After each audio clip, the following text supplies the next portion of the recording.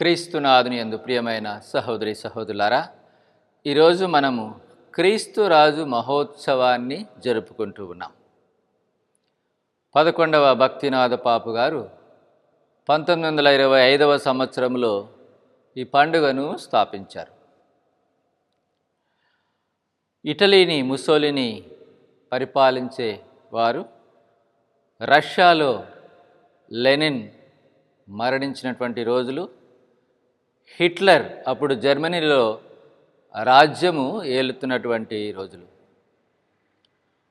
ప్రతి పౌరుడు పరిపాలకులకు విధేయులై ఉండాలి, దేశభక్తి దేశ ప్రీతి ఉన్నటువంటి సమయములో పరిశుద్ధ పాపు గారు నిజమైన అధిపతి యేసుక్రీస్తు అని ఈ పండుగను స్థాపించి ఉన్నారు. ఈనాటి మొదటి పట్టణము దానియేలు గ్రంథము నుండి తీసుకొనబడినది. క్రీస్తు పూర్వము 200 సంవత్సరాల క్రితము వ్రాయబడినది. యూదా ప్రజలు గ్రీకుల చేత హింసకు గురి అయ్యారు. వారిని బలపరచడానికి ఈ గ్రంథము వ్రాయబడినది. క్రీస్తు ప్రభు యొక్క రాచరికమును గురించి, సర్వాధికారమును గురించి, మహిమను గురించి మనకు ఈ గ్రంథము తెలియపరుస్తూ ఉన్నది. దానియేలు గాంచిన దృశ్యములో నరపుత్రుడు యేసు ప్రభు సకల జాతి జనులకు, దేశములకు, భాషలకు, సంస్కృతులకు చెందిన వారు ఆయనకు దాసులు. ఆయన స్థాపించే దైవరాజ్యము శాశ్వతమైనది, అంతమే ఉండదు. ఏ శక్తులను దైవరాజ్యము నాశనము చేయలేదు. యేసు ప్రభును ప్రతి ఒక్కరము రాజుగా అంగీకరించాలి. క్రైస్తవ జీవితాన్ని సక్రమంగా జీవించాలి. క్రీస్తు రాకతో మనము క్రీస్తు రాజ్యానికి వారసులము అయ్యాము. మన కష్టకాలములో దేవుడు మనకు తోడై ఉంటారని మనకు ఈ గ్రంథము అభయమిస్తూ ఉన్నది.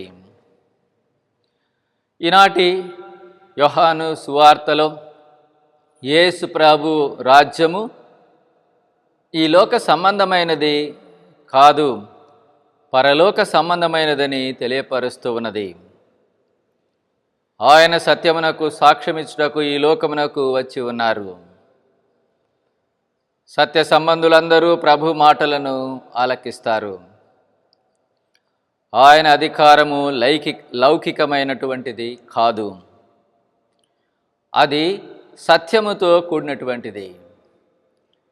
యేసు ప్రభు నేనే మార్గమును, సత్యమును, జీవమును అని చెప్పి ఉన్నారు. ప్రియులారా, మనము మన జీవితములో సత్యమును పాటించిన ఎడల ప్రభుని శిష్యులము అవుతాము. సత్యము ఎక్కడ ఉంటుందో అక్కడ యేసు ప్రభు ఉంటారు అని మనకు యోహాను సువార్త తెలియపరుస్తూ ఉన్నది.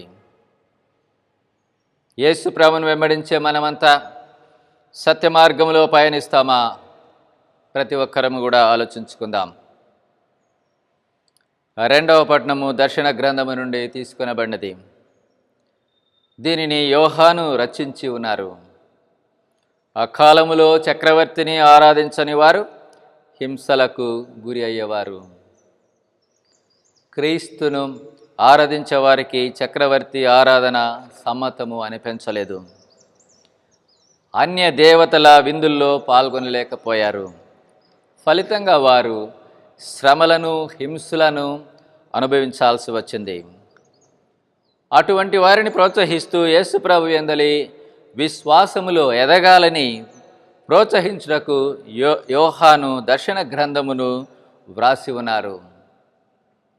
విశ్వాసపాత్రుడగు సాక్షియు, మృతుల్లో నుండి పునరుత్థానము నొందిన ప్రథమ పుత్రుడు యేసుక్రీస్తు నుండి మీకు కృపయు శాంతియు కలుగునుగాక.